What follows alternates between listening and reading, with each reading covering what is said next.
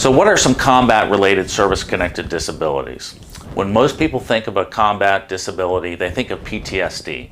And unfortunately, PTSD is too common for veterans who engaged in combat. The advantage that combat veterans have when they claim PTSD, if they have a diagnosis, is that they don't have to prove or corroborate their stressor.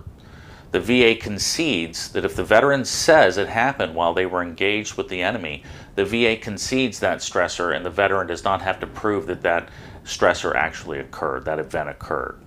Other combat-related injuries can be tinnitus, hearing loss related to noise exposure during combat. That's very common. Traumatic brain injuries from IEDs, explosions, things like that. It can also be related to exposure to toxins during combat. Burn pits in the Gulf War, radiation, things like that can certainly cause have long-term health effects and create long-term disabilities. Now, combat-related special compensation is a special benefit provided to combat veterans.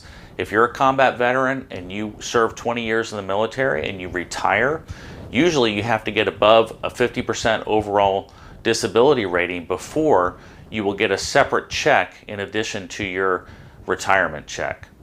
The difference, if you're a combat veteran, is that if you have combat-related disabilities, even less than 50%, you will get those disability payments in addition to your retirement check, even if those disabilities do not go above the 50% threshold. So that's combat-related special compensation.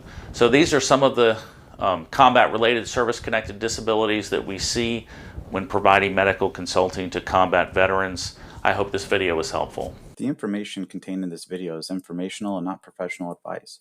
Rely on it at your own risk and see a qualified medical or other professional to discuss individual circumstances in all cases.